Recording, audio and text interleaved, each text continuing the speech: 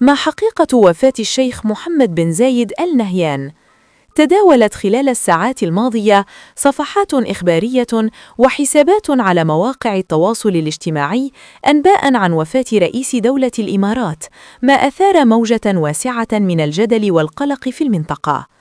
الخبر انتشر بسرعة كبيرة، خاصة بعد حديث عن عارض صحي قيل إنه أصابه دون صدور بيان رسمي واضح يؤكد أو ينفي ذلك.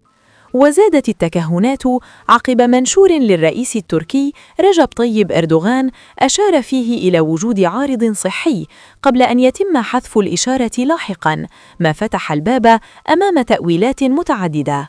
في المقابل، لم تصدر أي جهة رسمية إماراتية إعلاناً بخصوص الوفاة، كما ظهرت صور حديثة للرئيس الإماراتي في لقاءات رسمية.